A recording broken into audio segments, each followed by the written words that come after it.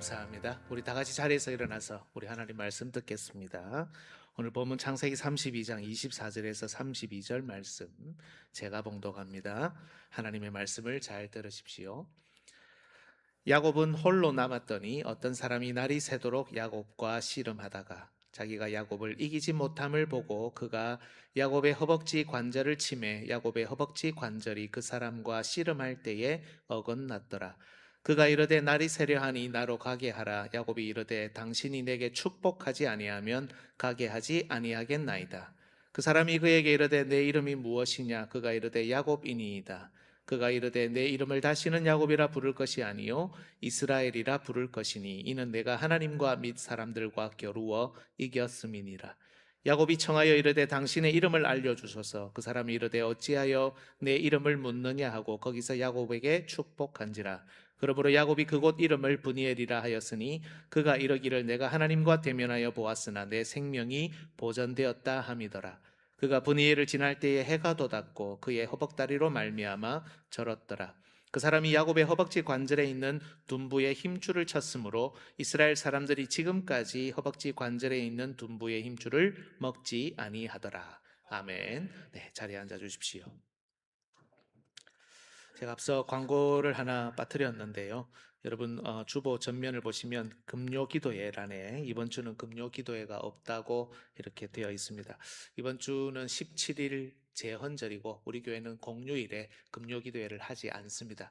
그리고 우리 교회는 8월 첫 주일에 여러분들 휴가를 위해서 금요기도회를 한 주 이렇게 쉬는 주간이 있는데 또 이번 주간 지나고 다음 주간이 우리 초등부 성경학교가 우리 본교회당에서 있습니다. 그래서 제가 또 저녁 집회 우리 아이들 같이 이렇게 하기로 되어 있었어요. 그래서 8월 첫 주에 있는 휴가 기간에 그 금요기도회 쉬는 주간을 당겨서 그래서 이번 주 17일, 다음 주 24일 금요기도회가 없다는 것 여러분 참고하시고 없다기보다는 가정에서 가족들과 또 경건생활하시고 또 즐거운 시간 보내시라고 배려하는 거니까 그렇게 이해하시면서 참고하시면 되겠습니다. 저는 여러분 다른 교회 가서도 설교를 여러 차례 했지만 우리 교회에서 이렇게 예배 시간, 설교 시간에 여러분들이 말씀에 집중하는 내용을 보면 훨씬 우리 교회가 참 잘한다 이런 생각을 합니다. 갈수록 그 집중도도 또 아주 깊어지고 또 높아지고 그러고 있는 것 같습니다.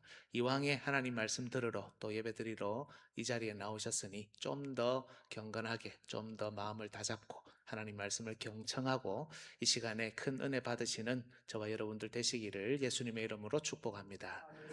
여러분 2주 전에 오늘 우리 본문의 첫 번째 설교를 우리가 들었습니다. 야곱이 기도했던 상황을 우리가 살폈죠. 야곱은 하나님과 씨름했습니다. 그러나 이 씨름은 그야말로 씨름이 아니었습니다. 호세아서에 따르면 이것은 야곱의 기도였고 그가 제대로 기도하도록 인도하는 과정이었습니다. 중요한 것은 이 씨름을 도대체 누가 먼저 시작했느냐였죠. 누가 먼저 시작했습니까? 하나님이 먼저 시작했죠. 야곱이 먼저 씨름을 건 게 아니라 하나님이 그에게 씨름을 먼저 걸어 오셨습니다. 다시 말하면 하나님께서는 야곱이 기도하도록 이끄셨고 그걸 위해 찾아오셨고 오늘도 연결해서 살피겠지만 야곱이 특히 울며 간구하기를 기다리셨습니다. 그렇다면 왜 하나님께서는 야곱이 기도하기를 원하셨을까요? 야곱이 사실은 기도를 안 한 게 아니죠. 오늘 본문 앞에 31장 9절에서 12절까지를 보면 야곱은 자신의 문제를 놓고 이미 하나님께 기도한 장면이 있습니다. 그런데도 하나님께서는 야곱이 다시 기도하도록 특히 울며 간구하도록 그렇게 이끄셨고 그걸 원하셨죠. 왜 그렇습니까? 당시 야곱은 에서를 두려워하고 있었습니다. 에서는 야곱 인생에서 도저히 감당하기 어려운 문제를 상징합니다. 원래 에서는 야곱을 죽이려고 했잖아요. 그래서 감당하기 어려운 문제 정도도 아니죠. 야곱에게 에서는 피할 수 없는 죽음의 문제와도 같은 인생 최고의 고비, 최대의 문제였던 겁니다. 그래서 야곱은 나름 머리도 쓰고 계획도 짜냅니다. 심지어 기도도 했습니다. 하지만 여러분, 우리도 두려울 때 어려운 일 만날 때 이렇게 하기 때문에 야곱이 비교적 신앙적으로 잘 대처했다고 생각하지만 오히려 야곱의 이런 모습은 하나님의 진노를 불러일으켰습니다. 왜 그렇습니까? 첫 번째, 하나님이 함께 하시는데도 야곱은 에서를 두려워했습니다. 두 번째, 하나님 앞에 기도하면서도 에서를 향한 두려움을 멈추지 못했기 때문입니다. 그의 이런 모습은 하나님을 경홀히 여기는 죄였고, 하나님은 이런 야곱을 사실은 죽이러 내려오셨던 겁니다. 이 문맥을 잘 봐야 되죠. 자기 딴에는 나름 기도까지 했는데 기도 후에 하나님이 그를 치러 내려오신 겁니다. 이 경우 오히려 기도가 하나님 앞에 죄를 쌓는 통로가 된 겁니다. 와, 기도할 맛이 안 나겠죠. 어떻게 생각하십니까? 여러분, 기도하는 것이 죄가 될 수 있습니까? 기도하면서 죄를 지을 수 있습니까? 충분히 그럴 수 있습니다. 여러분, 누가복음에 나오는 바리새인의 기도를 보십시오. 기도를 아주 멋들어지게 하지만 그는 기도하면서 죄 짓습니다. 그리고 그 기도가 오히려 죄가 됩니다. 그래서 잘 보시면 그 본문에서 바리새인은 저주를 받습니다. 마태복음 산상수훈에도 보면 어떤 자들이 우리 예수님께 주여 주여 합니다. 그런데 예수님이 그들에게 뭐라고 하십니까? 내가 너희를 도무지 알지 못하니 불법을 행하는 자들아 내게서 떠나가라. 기도하는 자를 받아주신 것이 아니라 기도하는 자를 오히려 내치셨습니다. 우리가 기도를 하되 바르게 기도해야 하는 이유가 여기에 있습니다. 기도하는 행위 자체가 중요한 게 아닙니다. 우리는 이방 종교가 아닙니다, 여러분.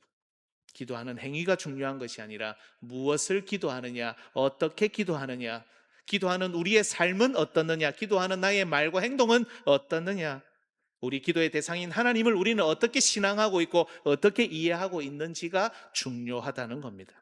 이것이 우리가 기도하되 말씀을 배우고 말씀과 함께 기도해야 하는 이유입니다. 특히 여러분, 공예배, 공모임에 기도하시는 분들이 있습니다. 우리 장로님들, 집사님들, 권사님들, 특히 큰 책임감을 가지고 기도를 바르게 하셔야 됩니다. 훨씬 더 책임감과 그 무게가 큽니다. 제가 우리 한국에서 나온 글 중에 제가 생각할 때는 가장 공예배 기도에 관해서 잘 적은 글이 우리가 지금 장로회, 집사회, 권사회에서 토론하는 그 책 안에 담겨 있습니다. 여러분들 그거 책을 다 가지고 계시니까 잘 읽어보시고 공예배 기도에 최선을 다하시고 또 성장이 있으면 좋겠습니다. 정말 좋은 글입니다. 여러분, 하나님께서 지난 20년 동안 야곱을 혼자 내버려 두지 않으셨어요. 20년 나그네 길 시작과 끝부분에 천사들을 보여주시면서 하나님이 그와 여전히 함께 하시는 것을 드러내셨습니다. 그런데도 야곱은 그 함께 하셨던 하나님, 그의 인생을 지금까지 인도하셨던 하나님을 신뢰하지 못했고 형 에서를 두려워함으로 하나님 앞에 기도하면서도 죄를 지었던 겁니다. 우리는 두려움의 대상을 명확히 알아야 됩니다. 두려움의 대상이 바뀌면 더 큰 심판, 무서운 심판 아래에 놓이게 된다는 것을 기억해야 합니다. 여러분에게 지난주에도 물었고 오늘도 시작하면서 묻습니다. 여러분은 누구를 더 두려워하십니까? 살아계신 하나님이 두렵습니까? 아니면 여러분이 직면하고 있는 해결할 수 없는 문제가 더 두렵습니까? 하나님은 이 심판을 보여주시기 위해 야곱이 에서를 만나기 전 먼저 야곱을 죽이러 내려서 먼저 야곱을 대적하셨습니다. 야곱은 밤새도록 씨름할 수 있을 정도의 천하장사였지만 사실은 하나님께서 야곱을 봐주고 계셨으며 결국 그의 허벅지 관절을 치심으로 그 관절을 어긋나게 하셨습니다. 이제 우리는 본문의 두 번째 설교를 들을 차례입니다. 오늘 설교를 통해 우리가 기도하기를 원하시는 하나님의 마음, 특히 울며 간구하기를 원하시는 하나님의 마음을 깊이 깨달아 순종하는 저와 여러분 되시기를 예수님의 이름으로 축복합니다. 오늘 설교의 주제는 지난주와 같습니다. 우리 같이 한번 읽겠습니다. 시작. 하나님께서는 하나님께서는 심판의 대행자를 붙잡고 울며 간구하는 자에게 언제나 은혜를 베푸신다. 이를 위해 저는 첫 번째 기도의 상황 지난주에 살폈죠. 두 번째 기도의 자세 오늘 살핍니다. 세 번째 기도의 결과와 흔적 다음 주에 살핍니다. 이 순서로 하나님의 말씀을 전하겠습니다. 두 번째 기도의 자세입니다.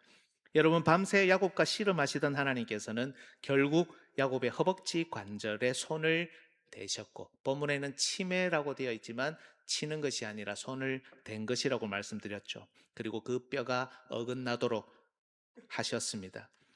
하지만 이건 여러분 그냥 단순히 뼈 어긋나서 맞추는 정도가 아닙니다. 치료가 불가능한 수준이었습니다. 31절을 보십시오. 그의 허벅다리로 말미암아 절었더라.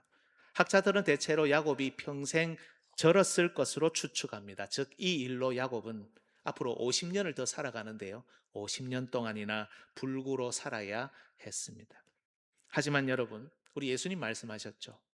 두 손 두 발을 가지고 영원한 불에 던져지는 것보다 범죄한 한 손 한 발을 찍어내 버리고 영생에 들어가는 것이 낫죠. 훨씬 낫다 말씀하십니다. 이것은 야곱에게도 마찬가지였습니다. 비록 불구가 되었지만 이 일은 야곱에게는 아주 좋은 일이었습니다. 왜냐하면 야곱은 이 일로 인해 심판주 하나님을 만나게 되었고, 물론 심판주 하나님을 만난다는 것은 두려운 일이었지만 결국 회복의 통로로 사용되었기 때문입니다. 그런데 여러분 이런 생각을 해보신 적이 있습니까? 왜 하필 허벅지 관절, 이게 대퇴부라고 할 수 있는데요. 옛날에는 환도뼈라고 이렇게 번역이 되어 있었죠. 왜 환도뼈였을까? 이 정도로 하나님이 진노하실 정도였으면 아예 우리가 흔히 말하듯이 저놈 자식 다리몽둥이를 팔다리를 그냥 분질러 놓으면 되지 않았을까요? 왜 하필 환도뼈였을까? 환도뼈는 여러분 인간 근원 힘이라고 할 수 있습니다. 힘의 근원이라고 할 수 있습니다. 사실은 환도뼈라고 돼 있어서 여기인갑다 생각하지만 이 정확한 부위는 아니라고 합니다. 물론 여기가 끊어지면 힘을 쓸 수 없다는 것도 사실이죠. 그런데 이 단어를 잘 보면 남성의 생식기 주변 그 부분을 완곡하게 표현했던 단어라고 합니다. 그래서 성경은 이 내용을 환도뼈라고 번역하고 지난번 번역에 그리고 허벅지, 넓적다리, 심지어 허리라고도 번역합니다. 출애굽기 1장 5절에 보시면 야곱의 허리에서 나온 사람이 모두 70이다 이렇게 되어 있죠. 이게 허리에서 나온 건 아니죠. 이게 출산을 하고 그의 힘의 근원에서 나왔다는 자기의 자손이라는 뜻이니까요. 비록 정확한 부위가 어딘지는 우리가 알기는 어렵지만 힘의 근원, 출산의 시작과 관련된 중요한 부분인 것은 사실입니다. 그런데 성경을 보면 이것만 있는 것이 아니에요.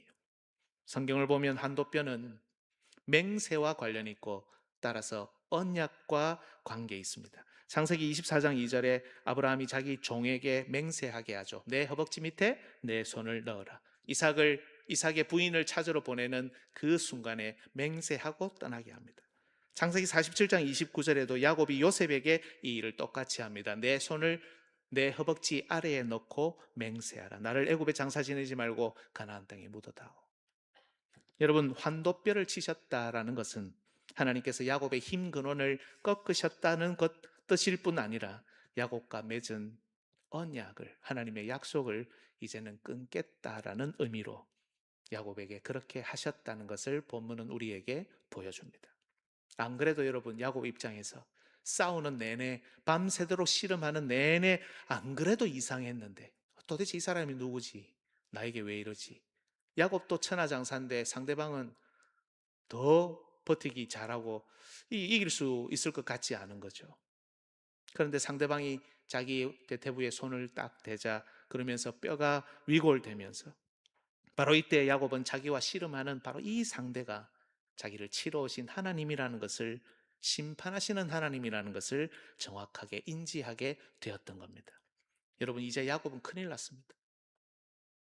하나님과 아무 관계 없는 상태로 이 땅에 남겨지는 야곱. 여러분 성경을 보면 하나님과 아무 관계 없는 그 상태를 죽음이라고 합니다. 하나님이 우리와 관계를 끊으시는 그게 이 땅에서 받는 가장 심각한 저주고 심판이지 않습니까? 하나님이 끊으셨기 때문에 죽음 가운데 내버려 줄 뿐 아니라 하나님이 끊으셨기 때문에 분명 그는 에서에게도 육체적인 죽임을 당할 겁니다. 여러분 심판하시는 하나님 사실은 두렵기도 하고 달갑지 않습니다. 세상에 누가 이런 신을 믿으려고 하겠습니까? 우리가 밖에서 전도할 때 누가 이렇게 말하는 분이 있습니까? 당신 예수 안 믿으면 심판받을 거야. 그러니 빨리 교회 와. 이러면 교회 옵니까 안 옵니까? 옵니까 안 옵니까? 잘 안 오죠. 좋은 말하고 목사님 자랑하고 교회 자랑하고 해도 올까 말까인데 가서 이런 이야기를 하면 누가 좋아하겠습니까? 그런데 여러분, 오늘 혹시 교회 처음 오신 분 계시는지 모르겠습니다. 아직 예수님 안 믿는 분 계시는지 모르겠습니다. 한번 잘 생각해 보십시오. 사실 신이라는 존재에 심판이라는 개념이 없다면 신이라고 부르기 어렵습니다. 왜 그렇습니까? 인간은 본질적으로 죄인이고 악합니다. 이 세상은 죄가 가득 차 있습니다. 그런 가운데 공의를 바로 세우지 않는 신, 죄를 심판하지 않는 신이 어찌 신일 수 있습니까? 비록 우리가 처음에는 좋은 이야기로 전도하고 교회로 초청하지만 결국 하나님의 사랑과 공의, 구원과 심판의 복음을 정확하게 전하지 못하면 반쪽짜리 복음입니다. 아니, 반쪽은 없죠. 복음이 아닌 가짜 복음이 됩니다. 심판하시는 하나님, 듣기 싫고 무섭고 두렵지만 우리 신앙에서 제외할 수 없고 제외해서도 안 되는 복음의 분명한 내용입니다. 믿으십니까? 놀랍게도 야곱 역시 이 심판하시는 하나님으로부터 도망치지 않았습니다. 26절을 보십시오. 그가 이르되 날이 세려하니 나로 가게 하라. 야곱이 이르되 당신이 내게 축복하지 아니하면 가게 하지 아니하겠나이다. 지금 뼈가 부러지고 위골되고 하나님의 심판, 이게 재앙이라는 뜻이라 했잖아요. 하나님의 이 놀라운 무서운 일을 경험했는데 당신이 내게 축복하지 아니하면 가게 하지 않겠습니다. 오히려 그 심판하시는 하나님을 붙들고 있습니다.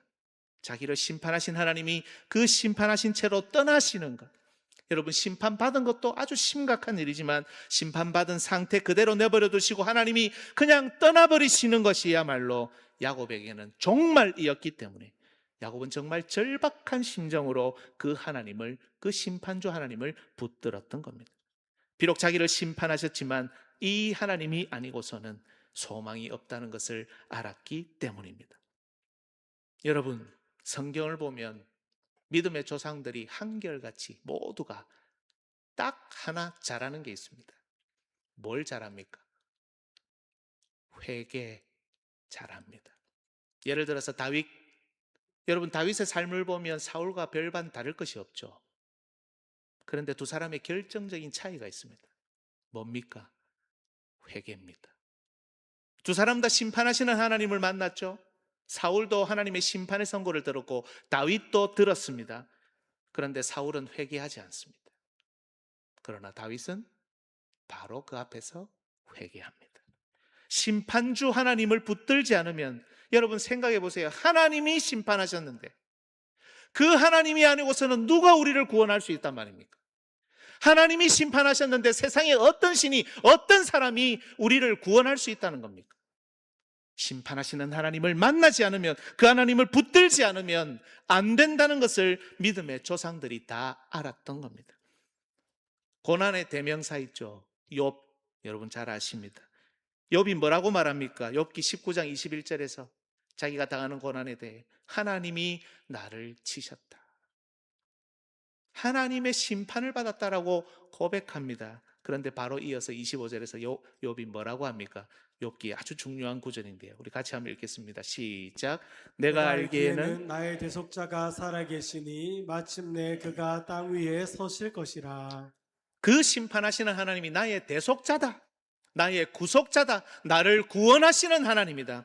욥은 자기를 치신, 자기를 심판하신 하나님과 자기를 구속하실 하나님을 따로 보지 않았던 겁니다. 심판하신 그 하나님이 자기를 구속하지 않으시면 자기에게는 더는 소망이 없다는 사실을 알고 믿고 고백했던 겁니다. 믿음의 조상 야곱도 마찬가지였습니다. 심판하시는 하나님을 만났습니다. 모든 힘의 근원이 끊어졌습니다. 하나님과 맺은 언약도 끊어졌습니다. 무섭습니다. 두렵습니다. 바로 그날 야곱은 죽은 겁니다. 하지만 회복하실 분도 바로 그 심판하실 하나님이라는 것을 야곱은 알고 믿고 붙들었던 겁니다. 이제는 에서가 문제가 아닙니다. 에서가 아무리 두려워도 하나님과 비교가 되지 않는다는 것을 야곱은 이제 경험했습니다. 바로 그 하나님이 이제 자기를 축복하지 않으시면, 그 하나님이 자기를 회복시키지 않으시면 소망이 없다는 것을 알고 그 심판주 하나님을 구속주 하나님으로 붙듭니다. 하나님, 나를 축복해 주십시오. 하나님, 나를 살려주십시오. 나를 버리고 가지 마십시오. 하나님, 나를 살려주십시오. 하나님, 나를 축복해 주십시오. 야곱은 심판하시는 두려우신 하나님으로부터 도망치지 않고 자기를 죽이러 오셨던 바로 그 심판주 하나님께 살려달라고, 복 달라고, 제발 나를 건져달라고 그 하나님 앞에 간구했던 겁니다. 여러분, 이것이 야곱의 기도였습니다. 지난 시간에도 잠시 언급했지만 이 사건으로부터 무려 1000년이 훨씬 더 지난 시간, 어쩌면 1100~200년이 더 지났을 겁니다. 그 시간이 훌쩍 지난 후에 호세아 선지자가 이 사건을 언급하면서 야곱이 하나님을 붙들고 바로 이때 울며 간구한 것으로 해석합니다. 호세아 12장 3절 4절 지난 시간에 읽었지만 한 번 더 읽습니다. 시작. 야곱은 모태에서 그의 형의 발 뒤꿈치를 뒤꿈치를 잡았고 또 힘으로는 하나님과 겨루되 천사와 겨루어 이기고 울며 그에게 간구하였으며 하나님은 베델에서 그를 만나셨고 거기에서 우리에게 말씀하셨나니. 여기에 울며 간구했다 되어 있는데 좀 이상하죠. 베델에서 그를 만났다 이렇게 되어 있습니다. 오늘 본문의 지명은 브니엘입니다. 그죠? 그런데 호세아서는 베델이라고 하죠. 여러분, 오늘 본문 32장 뒤편에 35장에 가면 야곱은 드디어 하나님께서 오래전에 자기가 외삼촌 집으로 떠날 때 약속을 주셨던 그 베델로 돌아옵니다. 하나님과의 관계가 회복되었다는 뜻입니다. 하나님과 맺은 언약이, 그 약속이 끊어지지 않고 유지되고 있다는 뜻입니다. 다시 이어지고 있다는 뜻입니다. 심판받았지만 그 심판주 하나님을 붙들고 울며 간구했으니 하나님의 구속을 받았다라는 의미입니다. 호세아 선지자는 바로 이 본문의 사건을, 이스라엘이라는 이름을 들은 결국 얻어낸 야곱을 제시하면서 당대의 구약교회인 북이스라엘에 경고하며 나아갈 길을 제시합니다. 구약의 역사를 보면 여러분, 호세아 선지자 바로 다음에 북이스라엘이 멸망합니다. 위기 가운데 있었다는 뜻입니다. 주변에는 강대국들이 있습니다. 아수르가 있습니다. 애굽이 그들을 노리고 있습니다. 이때 북이스라엘은 아수르가 강하면 아수르와 계약을 맺고 애굽이 강하면 애굽에 기름을 보내면서 이리저리 하며 머리를 쓰고 이 방식으로 자기들의 힘으로 위기를 모면하려고 했습니다. 사실 그들의 제일 큰 문제는 하나님을 두려워하지 않는 것이었잖아요. 그래서 말씀을 어기고 하나님의 법도를 따르지 않는 것이 문제였는데, 오늘 우리가 언약의 확인에서도 살폈듯이 순종하는 일에 부족했었는데, 죄였는데 우리는 괜찮다, 우리는 괜찮을 것이다, 주변 강대국들을 오히려 더 두려워하며 하나님보다 그렇게 자기들의 힘으로 난세를 타게 하려고 했던 겁니다. 이때 호세아가 오늘 본문으로 북이스라엘에 설교한 겁니다. 하나님의 심판 아래에 놓인 북이스라엘 사람들아, 우리 조상 야곱을 봐라. 우리 조상 야곱도 우리와 마찬가지로 다른 것을 더 두려워했잖아. 그때 하나님이 야곱을 치러 내려오셨고 야곱을 결국 치셨단다. 그런데 야곱이 어떻게 했느냐? 그 하나님을 붙들고 울며 간구하지 않았느냐?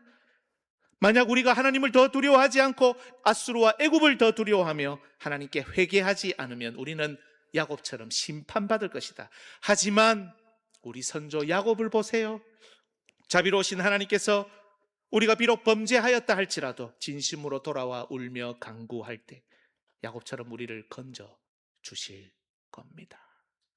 우리를 정말 축복하실 분입니다. 이렇게 선언했던 겁니다. 호세아 12장 6절 보십시오. 같이 읽을까요? 그런즉 너희의 하나님께로 돌아와서 인애와 정의를 지키며 항상 너희의 하나님을 바랄지니. 호세아 선지자는 야곱의 씨름을, 그 하나님을 붙들고 축복해달라고 간청하는 것을, 그가 하나님께로 돌아온 것을, 회개한 것으로 보고 있습니다. 여러분, 진정한 회개는 하나님의 심판을 심판으로 인정하는 것, 심판주 하나님에게서 도망치는 것이 아니라 무섭지만 이 심판주를 구속주로 붙드는 겁니다. 하나님 잘못했습니다. 하나님 잘못했습니다. 내가 다른 것을 더 두려워했습니다. 하나님을 인정하지 못했습니다. 하나님의 능력을, 하나님의 은혜를 아무 가치 없는 것으로 만들어 버렸습니다. 하나님, 나를 버리지 마시고 나를 축복해 주세요. 하나님, 우리 가정을 축복해 주세요. 하나님, 우리 자녀들을 축복해 주세요. 하나님은 야곱의 이 기도 소리, 이 회개 소리를 듣고 싶으셨던 겁니다. 주 안에서 사랑하는 여러분, 선지자 예레미야를 기억하십니까?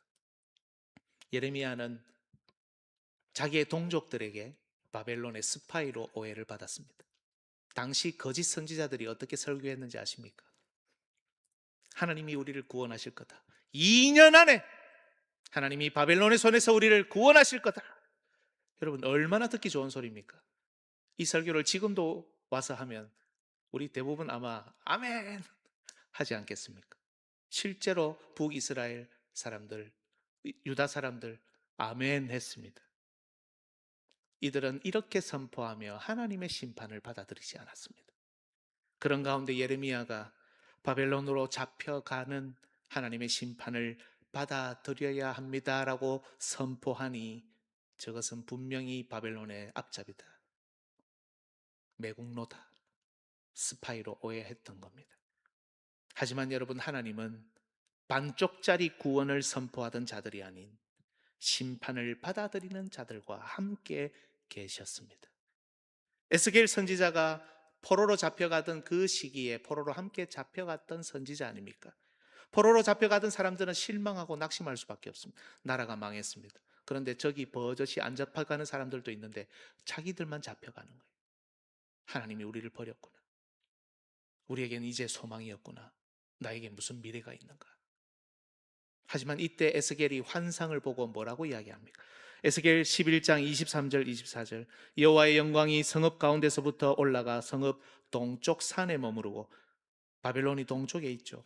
주의 영이 나를 들어 하나님의 영의 환상 중에 데리고 갈대아에 있는, 이 갈대아가 바벨론의 다른 이름입니다. 갈대아에 있는 사로잡힌 자 중에 이르시더니, 여호와의 영광이 성전에서 나와서 동쪽 산에 머물렀다가 에스겔을 데리고 환상 중에 바벨론에 사로잡혀 있는 자들에게 갔던 겁니다. 이르렀던 겁니다. 하나님이 우리를 버리신 것이 아니다. 하나님의 영은 지금 심판받고 있는 우리와 함께 계신다. 이것이 에스겔의 메시지였습니다. 주 안에서 사랑하는 여러분, 하나님께서는 오늘도 심판주로 우리에게 찾아오십니다. 내가 잘못하는데, 내가 범죄하는데, 내가 딴 생각하는데, 내가 어그러지고 잘못되고 또 잘못되고 있는데 나를 심판하지 않는 하나님은 하나님이 아닙니다. 만약 하나님이 나를 사랑하시고 나를 수정하고 교정하여 하나님의 자녀답게 살도록 인도하신다면 하나님은 내가 잘못할 때 반드시 나를 징계하러 내려오시는 분입니다. 그게 아버지입니다. 아들이 잘못하는데 아버지가 잘한다 잘한다 칭찬하면 그게 아버지입니까? 이걸 받아들이는 것이 회개이고, 그때 우리에게는 소망이 주어지는 겁니다. 여러분, 20세기에 접어들자 신학계에는 아주 무서운 신학 하나가 부흥했습니다. 한국도 이 신학에 아주 많이 물들어 있어요. 조금 어려울 수 있지만 신복음주의, 좋은 말 같죠? 복음주의라고 하니까. 신복음주의라고 하는 신학 사조입니다. 여러 특징이 있지만 이 신학은 심판을 가급적이면 말하지 말자는 주의입니다. 이 계통의 유명한 신학자 한 분 있습니다. 여러분도 잘 아시는 분입니다. 존 스토트 목사님. 이분은 말년에 지옥의 존재를 부정했습니다. 아니라고 보는 분들도 있는데, 이분이 주장한 게 뭐냐면 영원한 지옥 형벌이 없다고 본 겁니다. 악인들은 영원히 고통당하는 것이 아니라 그 영혼이 소멸된다고 본 겁니다. 다시 말하면 지옥의 존재를 부정한 것과 매일반입니다. 이분이 초안을 잡은 로잔 언약이라는 것에 우리 교단도 관심이 많습니다. 심판주와 구속주를 점점 분리하고 있다는 겁니다. 신학계가, 교회가. 여러분, 안식교 이단이죠. 유명한 이단 아닙니까? 왜 안식교가 이단인지 아십니까? 토요일날 예배드려서 이단입니다. 이렇게 생각하시는 분들도 계시겠지만 여러 특징 중에 하나가 뭐냐? 지옥의 존재를 부정합니다. 여호와의 증인, 지옥의 존재를 부정합니다. 하나님의 영원한 심판을 믿지 않으니까 이단입니다. 이단들만 그렇습니까? 이 시대의 강단에서 하나님 심판의 메시지가 여러분 선포되고 있습니까? 회개에 대한 강력한 요청이 이 시대 교회들의 강단에 있습니까? 이 시대 청중들인 여러분은 심판의 메시지를 들을 힘이 있고 심판의 메시지도 사모하고 있습니까? 이것이 하나님의 말씀이라면 순종하겠다는 다짐과 결단이 그 자리에 바로 지금 이 순간에 여러분 가슴 속에서 일어나고 있습니까? 반쪽짜리 복음, 끝이 다른 복음은 여러분 이것이야말로 이단적인 것이 아닙니까? 주 안에서 사랑하는 여러분, 오늘 야곱은 심판주로 오신 하나님을 자신을 구속하시고 복 주실 분으로 붙들었습니다. 그리고 하나님께서는 그에게 이스라엘이라는 이름을 주셨고 그에게 복을 허락하셨습니다. 그렇다면 이제 우리가 구속주로 붙들어야 할 심판주는 누구이십니까?